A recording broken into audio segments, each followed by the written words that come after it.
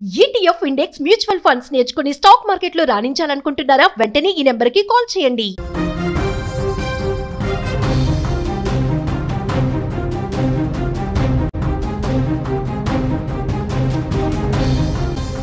యుద్ధ నీతి తప్పిన తర్వాత జెలెన్స్కీలో యుద్ధ భీతి కనిపిస్తోంది. ఉక్రెయిన్ ఉక్కిరిబిక్కిరవుతోంది. 3 ఏళ్లుగా యుద్ధం సాగుతున్నా ఎప్పుడూ భయపడని జెలెన్స్కీ కళ్ళలో ఇప్పుడు భయం కనిపిస్తోంది. రష్యాపై ఆపరేషన్ స్పైడర్ వెబ్ ద్వారా భీకర దాడులు చేసిన ఉక్రెయిన్ తిరిగి పుతిన్ చేస్తున్న దాడులను తట్టుకోలేకపోతోంది. శుక్రవారం తెల్లవారుజామున ఉక్రెయిన్పై విరుచుకుపడింది రష్యా. బలమైన బ్యాలిస్టిక్ క్షిపణులు, వందలాది డ్రోన్లతో రష్యా బీభత్సం సృష్టిస్తోంది. ఉక్రెయిన్ రాజధాని కీవ్తో పాటు వోలిన్, లివ్, టెర్నోపిల్, సుమి, పోల్టావా, కెమ్లిక్నక్సా, చర్కాసీ, చెర్నీహివ్ ప్రాంతాల్లోకి రష్యా ఆయుధాలు దూసుకొచ్చి అత్తలాకుతలం చేశాయి. రష్యా దాడుల్లో 10 మంది వరకు చనిపోగా అనేక మంది తీవ్ర గాయాల పాలయ్యారు.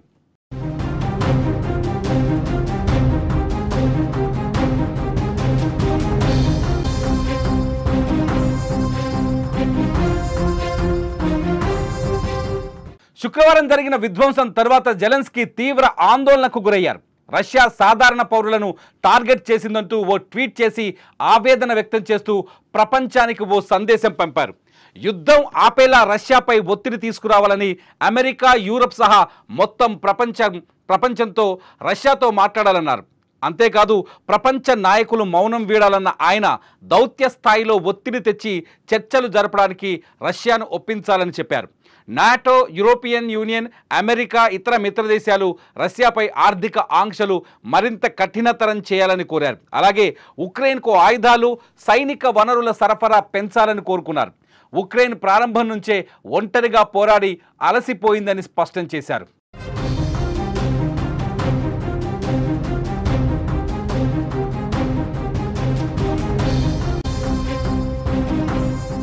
జెలెన్స్కీ చేసిన ఈ ట్వీట్ ద్వారా ప్రపంచానికి 2 రకాల విజ్ఞప్తులు వచ్చాయి.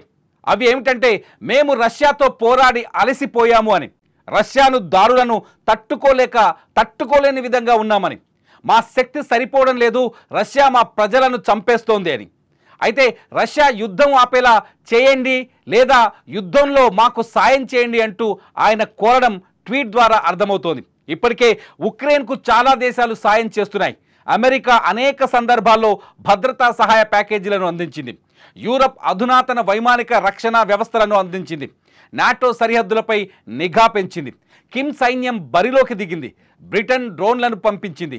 ఇలా పలు దేశాల మద్దతు పలుకుతున్నాయి ఉక్రెయిన్కి. కానీ రష్యాపై జరుగుతున్న యుద్ధంలో తనకు లభిస్తున్న మద్దతు సరిపోదని జెలెన్స్కీ ఇంకా భావిస్తున్నారు. 2022 నుంచి వేలాది మంది రష్యన్ పౌరులు చంపబడ్డారని, లక్షలాది మంది ప్రజలు నిరాశ్రయులయ్యారని చెప్పుకొచ్చారు. ఇది ఉక్రెయిన్ ఆర్థిక వ్యవస్థ, మౌలిక సదుపాయాలను తీవ్రంగా ప్రభావితం చేసిందని చెప్పుకొచ్చారు జెలెన్స్కీ.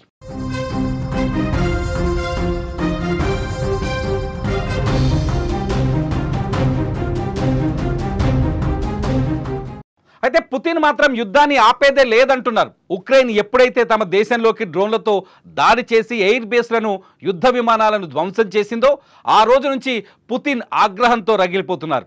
3 ఏళ్లుగా సాగుతున్న యుద్ధంలో ఏనాడు చేయని భయంకరమైన దాడులను చేయడంతో ఉక్రెయిన్ వణికిపోతుంది. ఇప్పటికే 2 దేశాల మధ్య శాంతి చర్చలు విఫలమయ్యాయి. యుద్ధాన్ని ఆపాలని ట్రంప్ చెప్పినా పుతిన్ వినలేదు.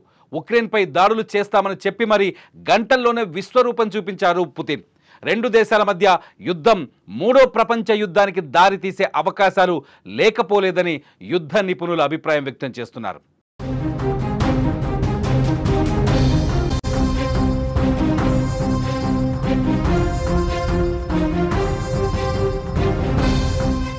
ఆపరేషన్ స్పైడర్ వెబ్ తర్వాత రష్యా తీవ్రంగా తీసుకుంది యుద్ధాన్ని. నిజానికి 2022లో ఈ యుద్ధం మొదలైనప్పటికీ ఉక్రెయిన్ మధ్యలో కొంత సన్నగిల్లింది. ఉక్రెయిన్తో చర్చలకు రష్యా ముందుకొచ్చింది. ఇస్తాంబుల్లో, టర్కీ రాజధాని ఇస్తాంబుల్లో 2 దఫాల చర్చలు జరిగాయి. అయితే 2వ దఫా చర్చకు ముందు జూన్ 2వ తేదీన జరగాల్సిన చర్చలకు ముందు జూన్ 1వ తేదీనే ఉక్రెయిన్ రష్యాలో రక్తపాతం రష్యాకి ఊహించని దెబ్బ కొట్టింది. డ్రోన్ల ద్వారా ఆపరేషన్ స్పైడర్ వెబ్ని ఆపరేట్ చేసి రష్యాకు సంబంధించిన 7 యుద్ధ ఎయిర్ బేస్ల పైన అటాక్ చేసింది.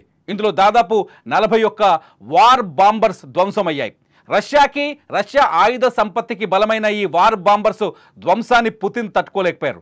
అయితే తిరిగి పుతిన్ ఉక్రెయిన్ పైన అణుబాంబు వేస్తారని లేదంటే ఇంకా భయంకరమైన దాడులు చేస్తారని ప్రపంచం మొత్తం చర్చించుకుంటున్న సమయంలో డొనాల్డ్ ట్రంప్ ఈ యుద్ధం మధ్యలోకి ఎంట్రీ ఇచ్చారు. డొనాల్డ్ ట్రంప్ రష్యా అధ్యక్షుడు పుతిన్తో ఫోన్లో మాట్లాడి ఉక్రెయిన్పై దాడుల్ని ఆపే ప్రయత్నం చేశారు. కానీ పుతిన్ చాలా స్పష్టంగా ఉక్రెయిన్ని వదిలిపెట్టేది లేదని ట్రంప్కు తేల్చి చెప్పారు. ట్రంప్తో స్పష్టంగా చెప్పిన కొద్ది నిమిషాల్లోనే ఉక్రెయిన్పై రష్యా విరుచుకుపడింది. దాదాపు 400 డ్రోన్లతో అటాక్ చేసింది. 40 బ్యాలిస్టిక్ క్షిపణులను ప్రయోగించింది. ఈ దాడుల్లో ఉక్రెయిన్ తీవ్రంగా దెబ్బతిన్నట్టుగా తెలుస్తుంది. విజువల్స్లో చూస్తున్న మన స్క్రీన్ పైన ఇది రష్యా ఉక్రెయిన్ పైన ఒక రోజు క్రితం నిన్న చేసిన దాడులకు సంబంధించిన విజువల్స్ ఇవి. నిన్న ఉదయం ఈ దాడులు జరిగాయి. ఉక్రెయిన్ అతలాకుతలమైంది రష్యా దాడులతో. అయితే ఉక్రెయిన్ ఏమీ తక్కువ తినలేదు. సాయంకాలానికి మళ్ళీ యుద్ధ వ్యూహాన్ని మార్చి తిరిగి రష్యా పైన అటాక్ చేసింది. రష్యాలోని 5 ఎయిర్ బేస్లపైన, విమానాశ్రయాలపైన, ఆయిల్ రిజర్వులపైన అటాక్ చేసింది. రష్యాని కూడా ఆర్థికంగా తీవ్రంగా నష్టపరిచే ప్రయత్నం చేసింది. అయితే ఈ దాడి తర్వాత కూడా జెలెన్స్కీ యుద్ధం నుంచి నాకు సహాయం చేయాలని, యుద్ధానికి యూరప్ దేశాలు కలిసి రావాలని కోరుకోవడం ఇప్పుడు విచిత్రంగా మారుతోంది. జెలెన్స్కీకి ఇప్పటికే యూరప్ దేశాల నుంచి పూర్తి మద్దతు ఉంది. జర్మనీ కావచ్చు, అట్లాగే ఫిన్లాండ్ కావచ్చు, ఇతర యూరప్ దేశాలన్నీ జెలెన్స్కీకి మద్దతు ప్రకటించాయి.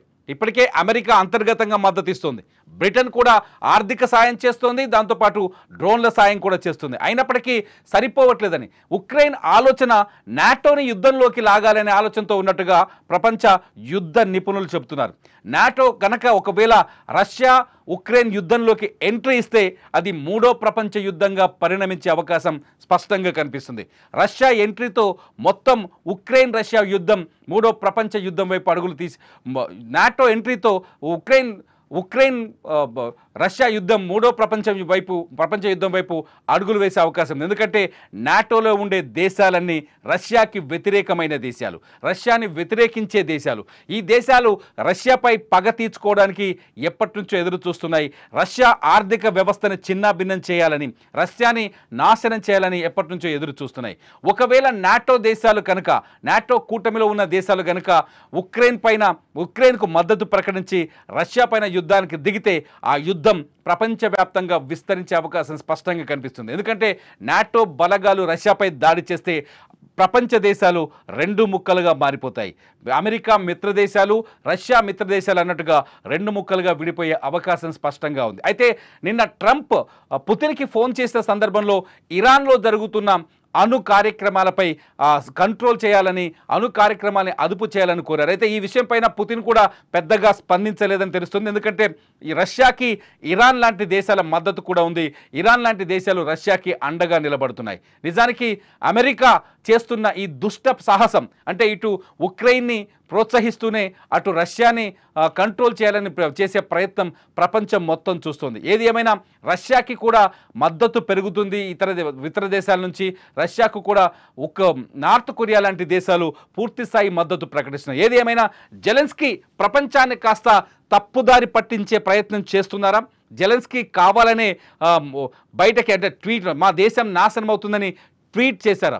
జెలెన్స్కీ నిజానికి శాంతి చర్చలు చివరి దశలోకి వచ్చిన తర్వాత 2 దేశాల మధ్య సీజ్ ఫైర్కి అంగీకారం వస్తుందని జూన్ 2వ తేదీన అందరూ భావిస్తున్న తరుణంలో జెలెన్స్కీ చేసిన మెరుపు దాడి, రష్యా విమాన స్థావరాలపై జెలెన్స్కీ చేసిన మెరుపు దాడి ఒక్కసారిగా యుద్ధ పరిణామాల్ని మార్చిపడేసింది. నిజానికి జెలెన్స్కీ గనక ఆ రోజు డ్రోన్తో అటాక్ చేయకపోతే జూన్ 2వ తేదీన ఇస్తాంబుల్లో కీలకమైన చర్చలు జరిగి ఉండేటివని నిపుణులు చెబుతున్నారు. ముఖ్యంగా రష్యా కూడా ఇదే విషయాన్ని చెప్తోంది. జెలెన్స్కీ విషయంలో మానవతా దృక్పథంతో స్పందించాం, యుద్ధానికి సంబంధించిన విషయాలపై చాలా స్పష్టంగా మాట్లాడాలని అనుకున్నాం. కానీ ఈలోపు రష్యా ఆయుధ భాండాగారం పైననే జెలెన్స్కీ దాడి చేయటం, వైమానిక స్థావరాల్ని ధ్వంసం చేయటం తీవ్రంగా తీసుకున్నాం. ఈసారి ఉక్రెయిన్ అంతు చూశాకే శాంతి చర్చలు అనే ధోరణితో ఇప్పుడు రష్యా చెబుతోంది. ఇప్పటికే శాంతి చర్చలు విఫలమయ్యాయి. శాంతి చర్చల విషయంలో మళ్ళీ ముందుకు సాగే అవకాశాలు కనిపించట్లేదు. ఈ నేపథ్యంలోనే జెలెన్స్కీ ప్రపంచం ముందు కన్నీరు పెట్టుకునే ప్రయత్నం చేస్తున్నారు.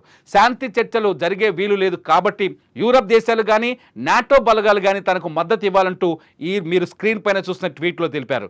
నాటో బలగాలు మద్దతు ఇవ్వాలి, లేదంటే ఆర్థిక సహాయం కావాలి, ఆయుధ సహాయం కావాలని ఉక్రెయిన్ అంటే జెలెన్స్కీ ప్రపంచాన్ని కోరాడు. ఎందుకంటే శాంతి చర్చలు మూడో దశకు వెళ్ళే అవకాశాలు లేవని రష్యా నిన్న తేల్చి చెప్పేసింది. ఉక్రెయిన్ చేస్తున్న దాడుల్ని ఉగ్రవాద దాడులుగా భావిస్తున్నామని, దానికి ప్రతీకారం తీర్చుకుంటామని రష్యా డిక్లేర్ చేయడంతో జెలెన్స్కీ వెన్నులో వణుకు పుట్టినట్టుగా కనిపిస్తుంది. మీరేమనుకుంటున్నారు?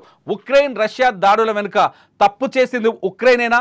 యుద్ధం ముగింపు దశకు వచ్చే సమయంలో ఉక్రెయిన్ డ్రోన్ దాడులతో అటాక్ చేసి రష్యాని రెచ్చగొట్టిందా? ఉక్రెయిన్కి అమెరికా, యూరప్, నాటో కూటమి మద్దతు ఇస్తాయా? మీరేమనుకుంటున్నారో ఖచ్చితంగా ఈ వీడియో కింద కామెంట్ చేయండి. ఎందుకంటే ఉక్రెయిన్కి ఒకవేళ నాటో, యూరప్ మద్దతు ఇస్తే ఆ యుద్ధం ప్రపంచ యుద్ధంగా మారే అవకాశం ఉంటుంది.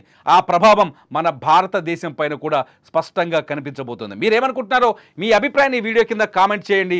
మీ కామెంట్స్ సరిగ్గా ఉంటే ఖచ్చితంగా వాటిపైన నేను మరొక వీడియో చేస్తా. చూస్తూనే ఉండండి సుమన్ టీవీ డిజిటల్ లైవ్. మీకు ప్రతి వార్త ప్రత్యక్ష ప్రసారం ద్వారా అందించబడుతోంది.